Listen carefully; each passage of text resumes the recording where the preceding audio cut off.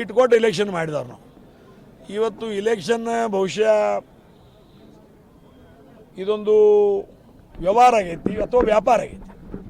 ಹಾಕೋದು ತೆಗಿಯೋದು, ಹಾಕೋದು ತೆಗಿಯೋದು, ಇದು ಒಂದು ದಲಾಲಿ ಅಂಗಡಿ ಆಗೈತಿ.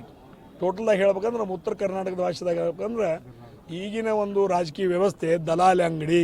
ನಿಮಗೆ ತೊಗೊಳ್ಳೋದು 2 ರೂಪಾಯಿ ಹೆಚ್ಚು ಮಾರೋದು, ಆ 2 ರೂಪಾಯಿ ಇಟ್ಕೊಳ್ಳೋದು, ಉಳಿಕಿದ್ದು ನಿಮಗೆ ಕೊಡೋದು, ಕಡಿಮೆ ಬಿದ್ದರೆ ಮತ್ತೆ ಏನಾರು ಸುಳ್ಳು ಹೇಳೋರು ಮಾಡಿ ತೊಗೊಳ್ಳೋದು. ಇಂಥ ಒಂದು ಸಂದರ್ಭ ಬಂದೈತಿ.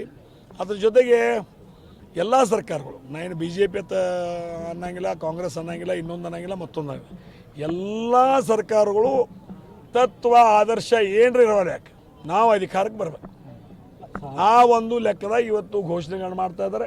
ನಿನ್ನೆ ಮತ್ತು ಬಿಹಾರದಾಗ ಮಾಡ್ರು, ಅವ್ರು ಪುಕ್ಕಟ್ ಬಸ್ ಮಾಡ್ರಿ, ಅವರು ಲೈಟ್ ಮಾಡ್ರಿ, ಮತ್ತು ಅವರು ಹೆಣ್ಮಕ್ಳಿಗೆ 2,000 3,000 ಅವರು ನಿನ್ನೆ ಅವರು ಮಾಡ್ರು.